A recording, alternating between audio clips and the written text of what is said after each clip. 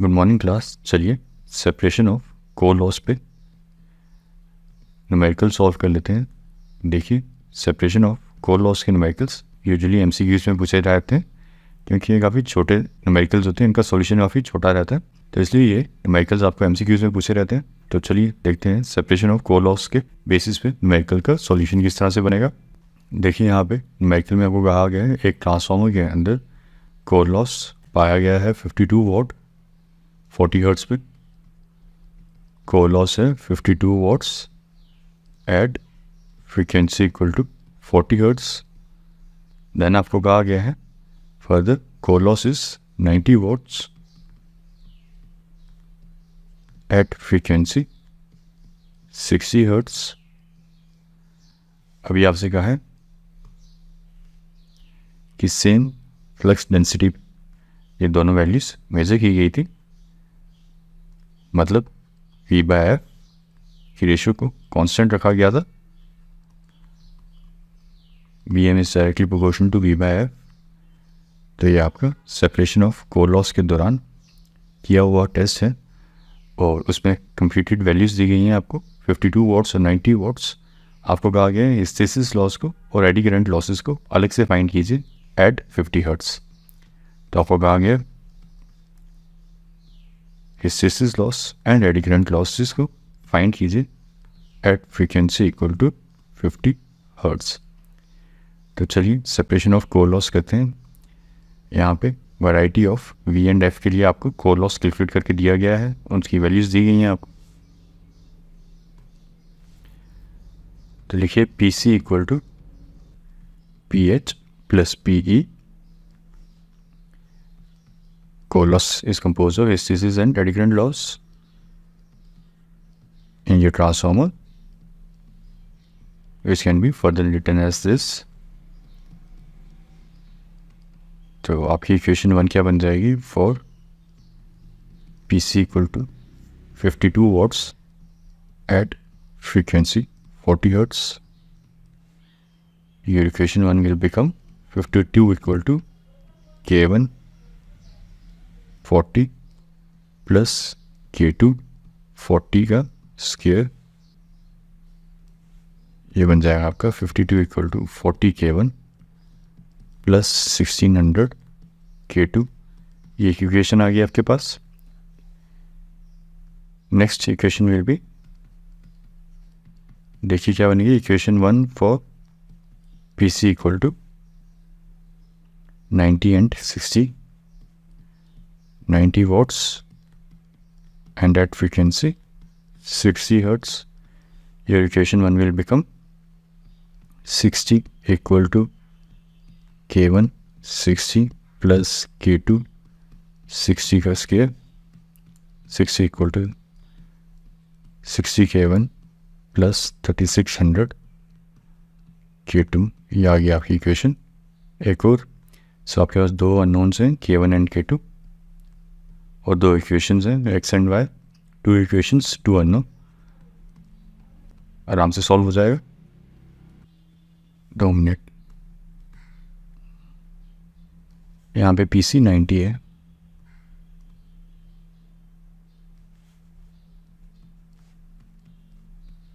इस इक्वेशन को करेक्ट कर लीजिए। तो सॉल्व कीजिए equation X and Y. Solving equation X and Y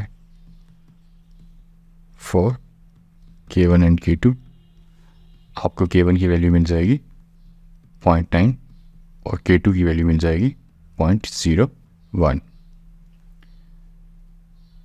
अभी आपको आपका K1 और K2 मिल गया तो आपका न्यूमेरिकल सॉल्यूशन ख़त्म हो गया। अब कुछ बचा नहीं है। हिस्टैरिसीस लॉस और एडी करंट लॉस निकालने के लिए कहा गया था, निकाल लीजिए। Hysteresis loss is given as K1F।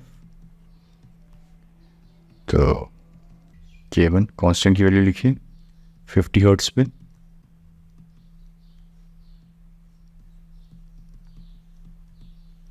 आपकी हिस्टैरिसीस लॉस की वैल्यू बन जाएगी 45 वोल्ट्स। सिमिलरली एडी करंट की वैल्यू क्या बन जाएगी वो भी देख लीजिए at 50 hertz.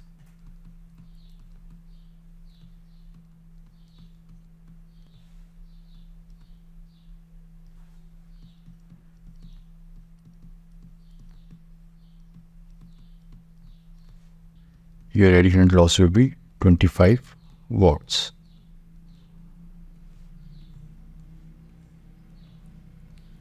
So your core loss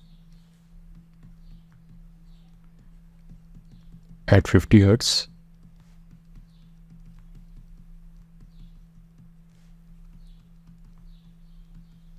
can be seen to be equal to 70 watts. 60 hertz पे कोर लॉस 90 था, 50 पे 70 और 40 पे 52. जैसे जैसे आपकी वोल्टेज और फ्रीक्वेंसी बढ़ते जा रही है, आपका कोर लॉस बढ़ता जा रहा है. Thereby your core loss is voltage dependent. चलिए एक और न्यूमेरिकल देखते हैं. सेपरेशन ऑफ कोर लॉस में यहाँ कहा गया है एक ट्रांसफार्मर है जिसे 1000 वॉट्स पे 50 हर्ट्स फ्रीक्वेंसी देते हुए कोर लॉस मेजर किया था, which was 1000 watts.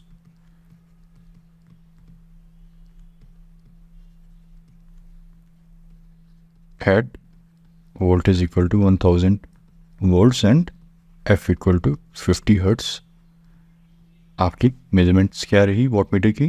Core loss रहा इतना, उसमें से ऑलरेडी कह रहे हैं कि 650 वॉट्स है आपका. हिस्टैरिसीस लॉस और एडी करंट है 350 वॉट्स. अभी कह रहे हैं कि if the applied voltage is raise to 2000, double कर दी जाए वोल्टेज और फ्रीक्वेंसी भी 100 हर्ट्स वो भी डबल कर दी गई. आपकी वोल्टेज और फ्रीक्वेंसी को डबल कर दी जाए, find the new core loss. आपका नया कोर लॉस क्या बनेगा ये ढूंढना है आपको. For voltage 2000 volts and frequency 100 hertz. तो ये उससे भी ज़्यादा आसान न्यूमेरिकल है. देखिए कैसे निकलेगा. pH is given to be 650 K1F. यहाँ से K1 निकल जाएगा आपका. किस फ्रीक्वेंसी पे है ये? 50 हर्ट्स फ्रीक्वेंसी पे आपका हिस्टैरिसीस लॉस बन रहा है 650. Your K1 is 13.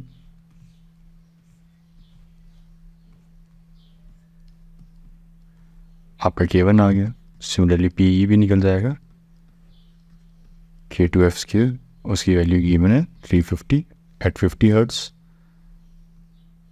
So your K2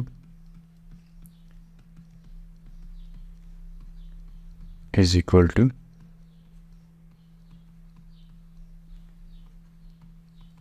0.14. आपको आपकी K1 और K2 की वैल्यू मिल चुकी है. अब आपसे पूछा गया है कोर लॉस की वैल्यूज निकाल के दीजिए इन V और F पे. V और F की रेशियो तो कांस्टेंट है.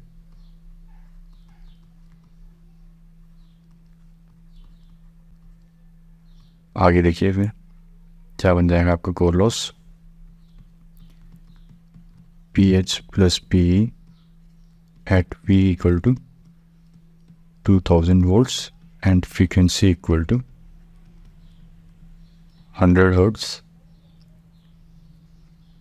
PC can further be written as K1F plus K2 F square. K1 आ जाएगा 13, फ्रीक्वेंसी का है आपको 100 हर्ट्स पे निकालिए. K2 आ जाएगा 0.14, ये आ जाएगा 100 का स्केयर. तो यहाँ से आप PC की वैल्यू निकाल लीजिए at voltage and frequency this much.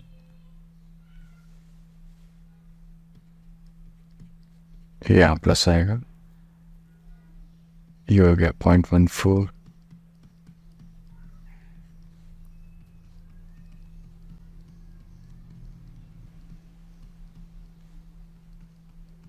Therefore, your PC is 2700 watts.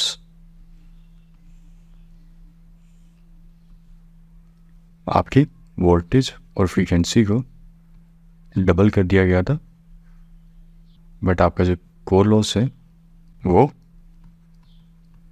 Exactly double नहीं हुआ, 2.7 टाइम्स ग्रो कर गया.